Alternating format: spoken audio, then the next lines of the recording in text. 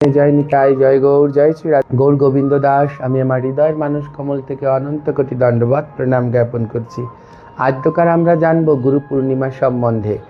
বাংলার 1433 সালের 14ই শ্রাবণ, ইংরেজি 2026 সালের 29শে জুলাই রোজ বুধবার পরম পবিত্র গুরু পূর্ণিমা। প্রচারের জন্য বলে দেই, এই দিনকে গুরু পূর্ণিমা।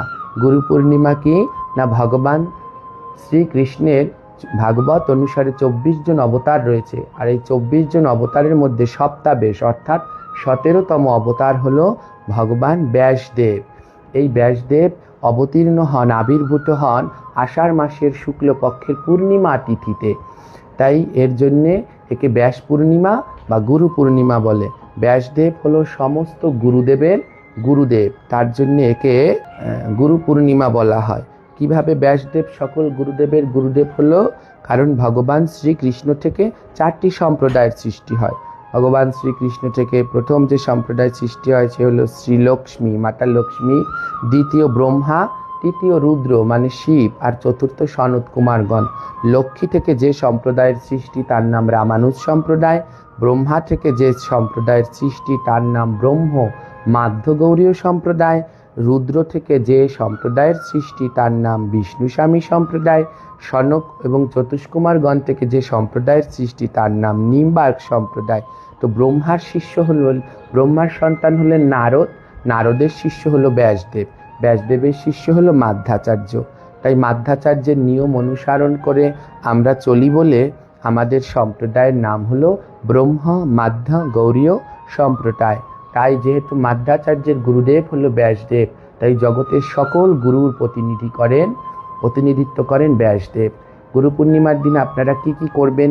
গুরু পূর্ণিমার দিন যারা তামসিক আহার করেন, মাছ মাংস পেঁয়াজ রসুন খান, মনের ভুলেও গুরু পূর্ণিমার দিন এইসব তামসিক আহার গ্রহণ করবেন না। সবাই সাত্বিক আহার গ্রহণ করবেন। এই দিনকে সকলে ব্রহ্ম মুহূর্তে ঘুম থেকে উঠবেন, উঠে স্নান করবেন, স্নান করে দ্বাদশ সঙ্গে তিলক করবেন, মঙ্গল আরতি করবেন। মঙ্গল আরতি অন্তে নিজের নিজের গুরুদেবের ইষ্ট মন্ত্র সকালবেলায় জপ করবেন। তারপরে দর্শন আরতি করবেন, সিঙ্গার আরতি করবেন। তারপরে 8টার মধ্যে গুরু পূজা করবেন।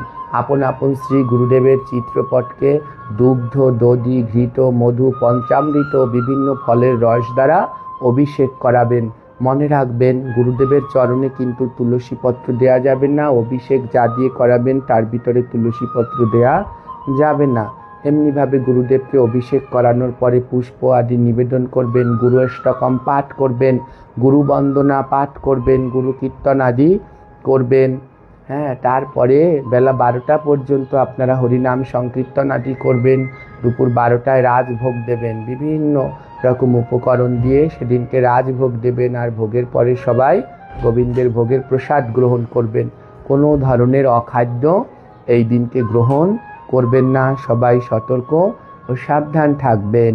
তো গুরু পূর্ণিমা হলো বছরে যে পবিত্র 18টা দিন আছে তার মধ্যে একটি পবিত্র দিন হলো এই গুরু পূর্ণিমা। তাই আসুন সবাই এই গুরু পূর্ণিমা পালন করি। এই গুরু পূর্ণিমা হলো বেদব্যাসের জন্মদিন। ঋষি বৈশিষ্ট্যের পুত্র হলো শক্তি, শক্তির পুত্র পরাশর, আর পরাশরের পুত্র বেদব্যাস। এই পরাশর মুনি এবং মাতা সত্যবতী এদের ঔরাসজাত সন্তান হলো কৃষ্ণ দ্বৈপায়ন বেদব্যাস। এনার পূর্ণ নাম হলো কৃষ্ণ দ্বৈপায়ন বেদব্যাস। কারণ কৃষ্ণ দ্বৈপায়ন বেদব্যাস কেন? কারণ তার গায়ের রং ছিল কালো, এর জন্য কৃষ্ণ। দ্বীপে জন্মেছিল বলে এর নাম দ্বৈপায়ন। আর বেদকে সবার পড়া সুবিধার্থে 4 ভাগে বিভক্ত করেছে বলে এর নাম বেদব্যাস। তাই এই গুরু পূর্ণিমার দিন কৃষ্ণ দ্বৈপায়ন বেদব্যাসের আবির্ভাব আপনারা সবাই নিষ্ঠার সাথে পালন করুন। আর প্রেম সে বলুন রাধে রাধে।